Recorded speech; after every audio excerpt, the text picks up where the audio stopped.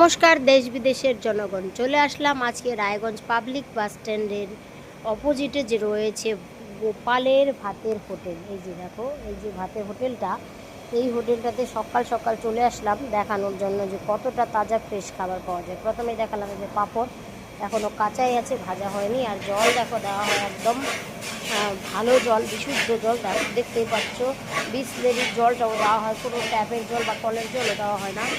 দেখো তাজা তাজা সব সবজি, আজকের আইটেমে অনেক কিছু আছে, তাদের মধ্যে বিশেষ কিছু সবজি দেখো কাটা আছে, পটল, বেগুন, বরবটি, ভেন্ডি, করলা।